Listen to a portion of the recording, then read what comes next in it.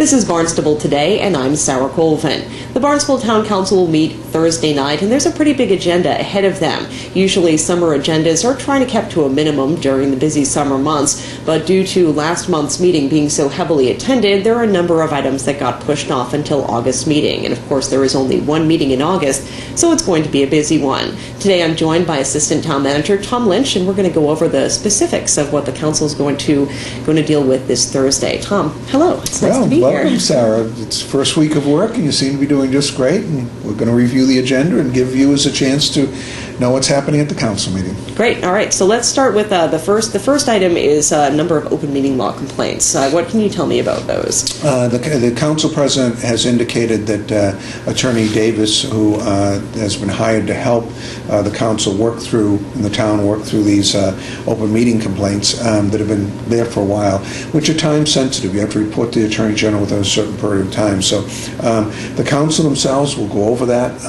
They can go into executive session to deal with some of this if they're not prepared to release some of the information that was discussed.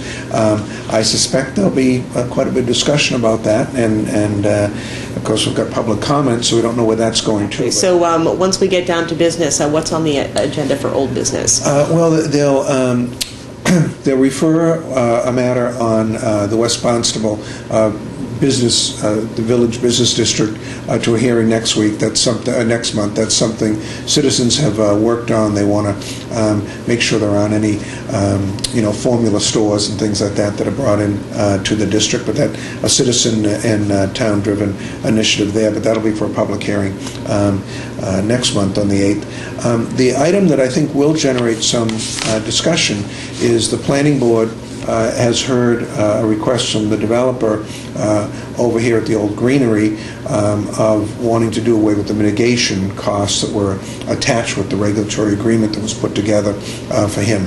So my understanding is that the planning board has offered alternative measures, cutting them down by a couple $100,000, I believe. And so there'll be debate on that because, when someone is generally given a regulatory agreement, there are, concessions that are granted. In this instance, there was a fourth floor.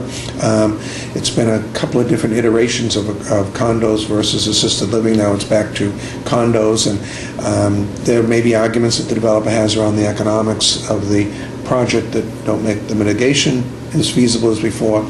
So we'll see how that proceeds, but councils will have to, and the planning board will be looking at that together. So definitely expecting some discussion on that. Some discussion on sure. that on old business. And there are some items here that, because of other items on the agenda, that, for some park monies that may also get put off until September. But right now there is some money for Ridgewood Park and an ordinance, and also for the School Street, rather Pleasant Street dock park that they're talking about.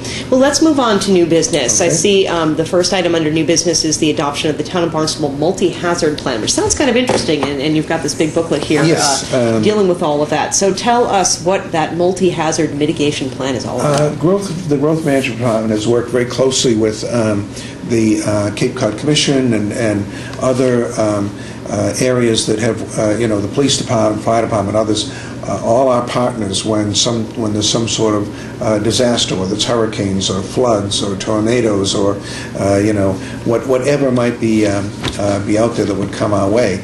And the federal government requires you to put something together in order to qualify for grant money if you're looking for drainage or other grants that might help mitigate some of the things that might happen when there's one of these events. So it's a very detailed report.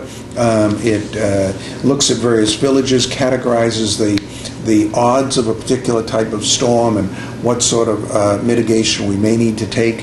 So I suspect that there, just because of the complexity of the plan, that there will be several questions from councilors. We'll try to move forward with that. There is some time sensitivity on this because we've been working on it for over a year. As you can see, it's dated 2010. I see that.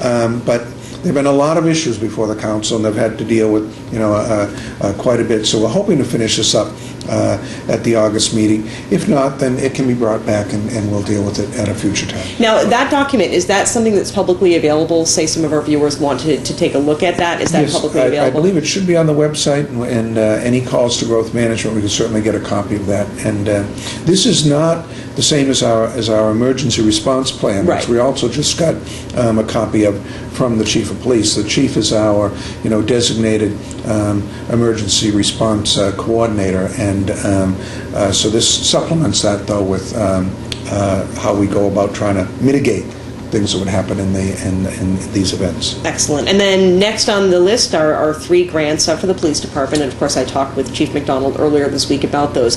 Some really interesting things. The first would be the automated license plate readers, and then some money to help fund the 911 department, and then money from the Blue Coats that will help support the Hyannis station, which Chief McDonald tells me has been running very well and been a big help to the department over the summer. The police department has been very aggressive about going out after various grants, and these are 3 key areas. Of course, the license plate reader they think will help greatly when they're out to find out people have outstanding warrants, things like that, and then also the 911 system. That's a fairly substantial grant there, and the Blue Coats have been very generous. And as you just pointed out, I think Main Street has been very safe, and just the presence of the station, people going in asking for directions, seeing the bike patrols, it's been very good, and that's all being run off of grants, so that $10,000 from the Blue Coats is really going to help. Great. And then I'm looking down. The next item is repair and maintenance at the Sandy Neck Gatehouse and air compressor shack, but that is going to be a public hearing in September, right? Yes, that'll be put off.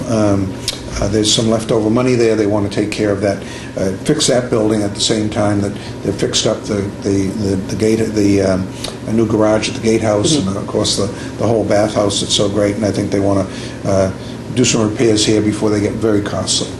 So tell me what else we have. The council will be dealing with this Thursday. We've got the acceptance of 2 gift easements that will help with the Stewart's Creek Restoration Project. That's been an ongoing effort that Conservation Commission has been working very closely with Department of Public Works and the Army Corps of Engineers. It's really their project, and we're getting down to where we want to do the culvert, and they're getting ready to expend monies. It's always one of those things we thought would be done last fall, and we're hoping it'll be done, soon. And so we've got gift easements, and then there's another item related to that we put off until September. Right. So over the next month we'll be looking at that to try to finish up that project, because that's a flushing area that we want to do some clean out of for nitrogen mitigation, things like that. So tell me about the workers' compensation items on the agenda. This is really interesting. This is something that actually was brought up during the budget process, where some of the councils were discussing, should we be self-insured or not.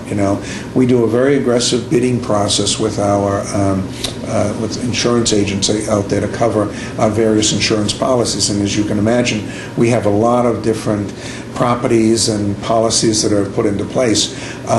With workers' comp and with the policies that came back, the bids were quite high based on risk and what's been happening in the market out there. So we have decided, based on the money that's available to us, to seek approval from the council to do self-insurance on the workers' comp, take $950,000 that was appropriated for that, put it into the account, and pay claims off of that, and we'll have an administrator, but we would hope that would cut down on our insurance costs and still deliver the service we need to our personnel.